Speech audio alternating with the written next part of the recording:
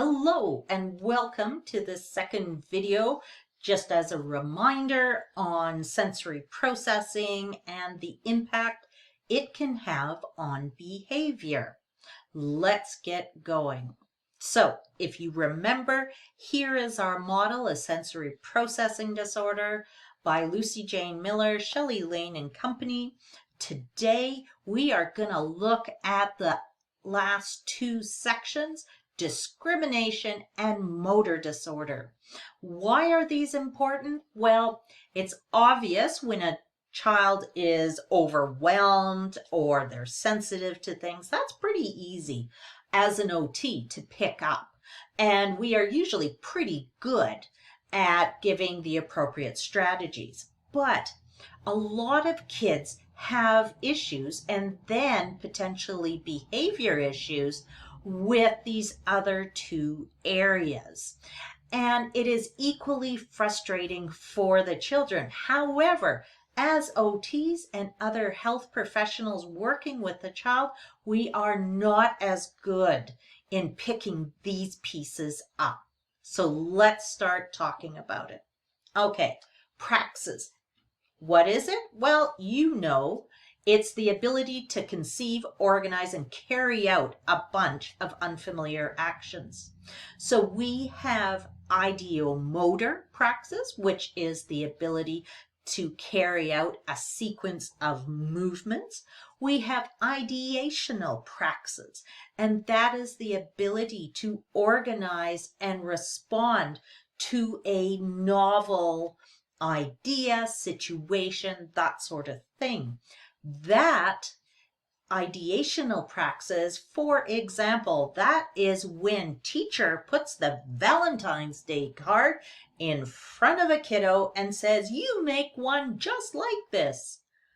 It's the ability to figure this out, plan the steps needed, and then execute them. If you can't do that, are you going to be happy? No, you probably will be frustrated. And if you've learnt anything, you will probably, if you're a kindergarten, have a tantrum and be removed. And now you don't have to do that darn craft that you didn't know how to do in the first place. Okay, so let's challenge you.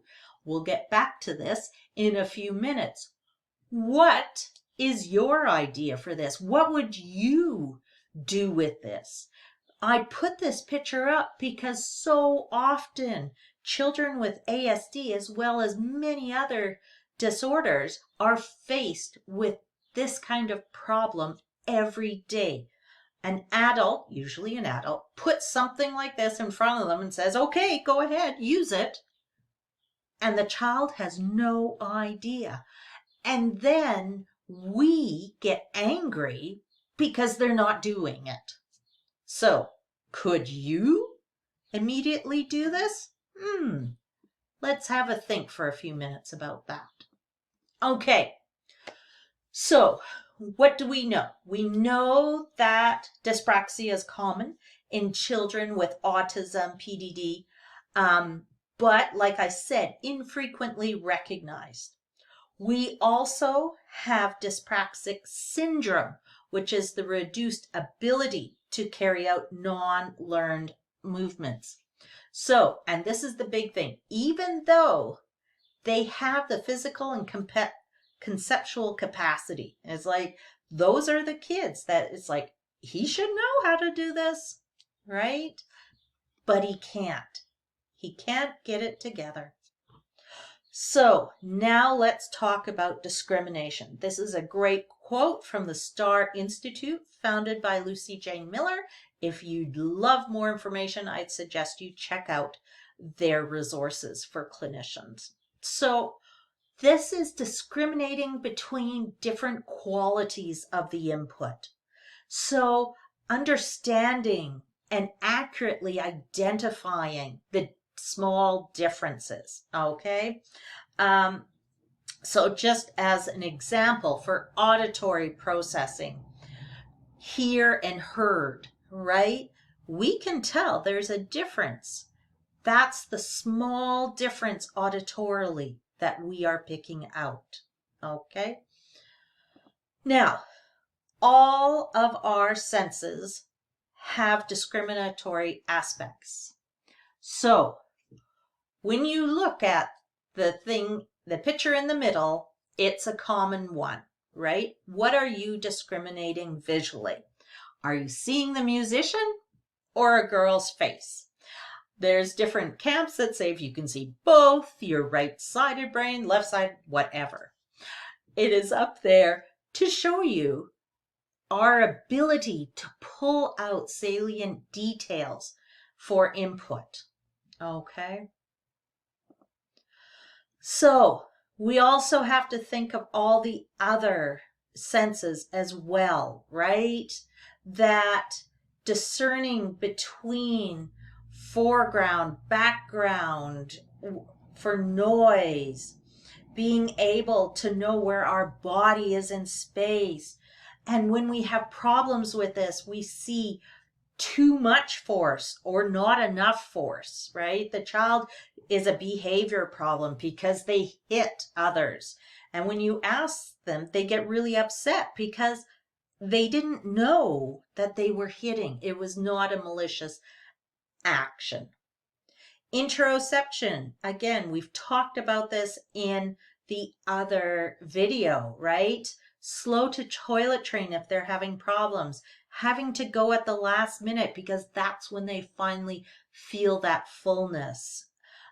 Stomach aches are generalized, things like that.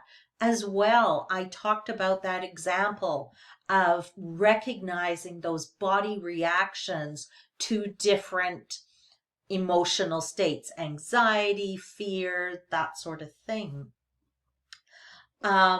So one of the things to know with smell, as you guys should know from your neurology class, is smell goes directly to the brain, right? Through the cranial nerves.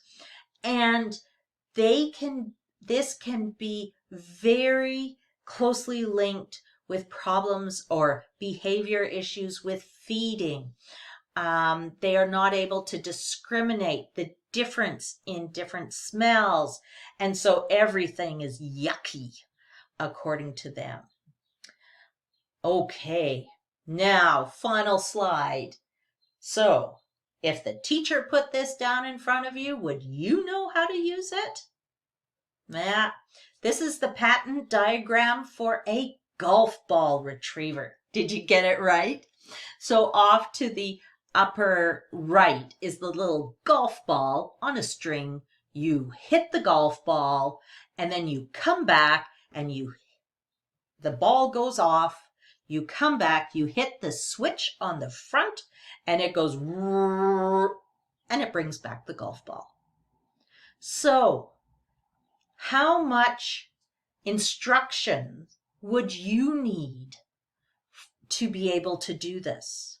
And now think of the children, youth, individuals we work with. Would they need verbal instructions? Would they need visual too? Would they need a combination? Would they need some physical assistance, someone right there modeling it for them? That is part of us as OTs being a detective and helping children move forward. If they are able to self-advocate, then the next time something like that is put in front of them, they can say, can you walk me through this? Can you show me pictures of how this is used? And by doing that, you can be proactive with the child in avoiding a behavior situation. So it's all linked. All right, on to the next topic.